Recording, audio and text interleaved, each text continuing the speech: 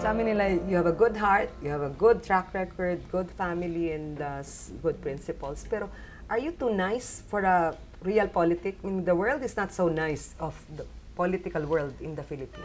Ako hindi ko alam. Pero sa akin kasi inspirasyon sa akin yung aking asawa. Okay.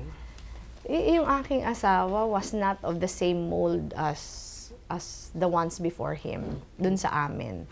Pero nung siya na, he insisted on things that he thought was right. And he prevailed. Sa pinakahuling survey na inilabas ng Social Weather Stations o SWS nitong Enero, nasa ikatlong pwesto si Robredo sa mga kandidato para sa vice-presidente. Nakakuha siya ng 17% na ratings. Mas mataas ito kumpara sa dati niyang ratings na 3% noong Setyembre 2015. Sabi ko sa kanila, wala pa akong political clout sa aming region kasi bagong-bago akong politiko. I can never promise you that I will deliver so much number of votes kasi I don't have that eh. That's right. Hindi daw yun yung consideration. Ang sabi ko, I cannot contribute. Okay. Kasi talagang wala naman. Wala pa akong political savvy. Hindi pamilyar ang pangalan ni Leni sa publiko. Ang katanungan na lamang ay, do we have enough time? Or yung kampanya ba niya may sapat na oras para talagang mapakilala siya at makuha ang malaking botante. Itutuloy raw ni Leni ang tsinelas politics ng kanyang asawa. Yun po ba parang by choice pag-alala kay Jessie o talagang medyo yun yung klase ng politika na inyong pinagsamahan bilang... Ako both. Ako both. Kasi yung naalala ko noon, nung nabubuhay pa siya, talagang he tried to shun perks. Parati niyang sinasabi sa amin na wag tayo dyan. Mahal yan.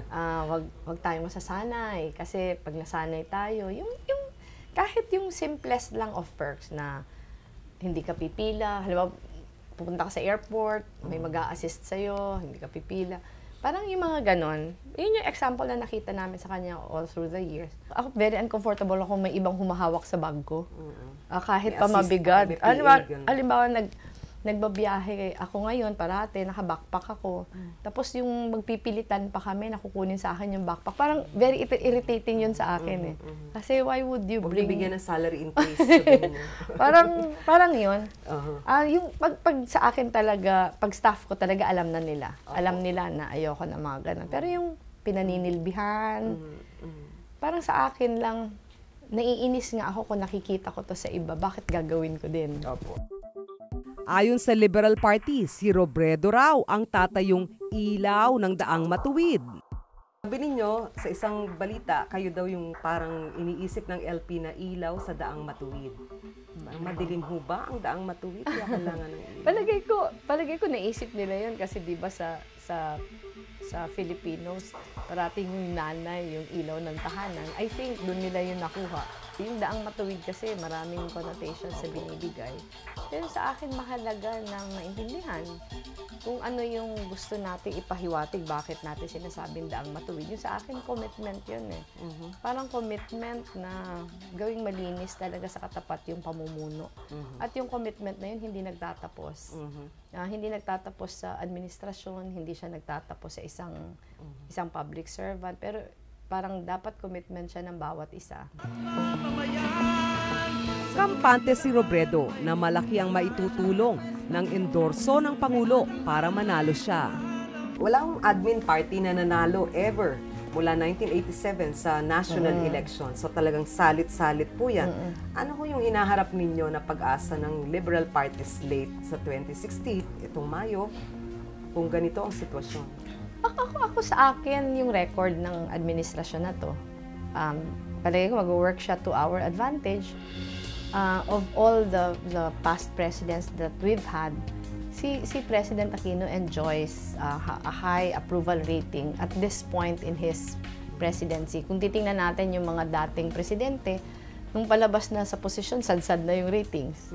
Pero si President Aquino, more than half of the population, kontento pa sa kanya. So, advantage yun sa amin. Alam mo, ang liability ni Leni, nasa party siya ng administrasyon. So, lahat ng mali ni Presidente Aquino, gaya ngayon, yung pag-veto niya dun sa SSS, di ba? So, kasi kapartido sila ni Presidente, sila ngayon yung binibigyang sala. Payo ko lang sa kanila, di ba? Medyo umalis na sila dun sa slogan na tuwid na daan. Kasi si President Aquino yun, di ba? Dapat pakilala nila kung sino sila at ano ang kanilang bagong plataforma. Kung sa tingin ninyo kayo ang dapat ibotong pangalawang Pangulo? Ito nga yung isang pagkakataon para yung mga advokasiyang matagal nang nilalaban, lalong itulak ngayon. Matagal na matagal po ako nagtrabaho sa mga mahihirap saka sa mga basic sectors.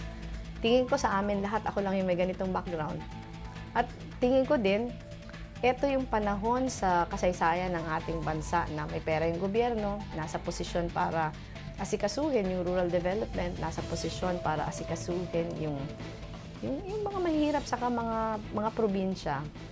Palagay ko sa amin lahat, ako yung may capability gawin ito dahil sa matagal kong karanasan sa pakikipagtrabaho sa kanila.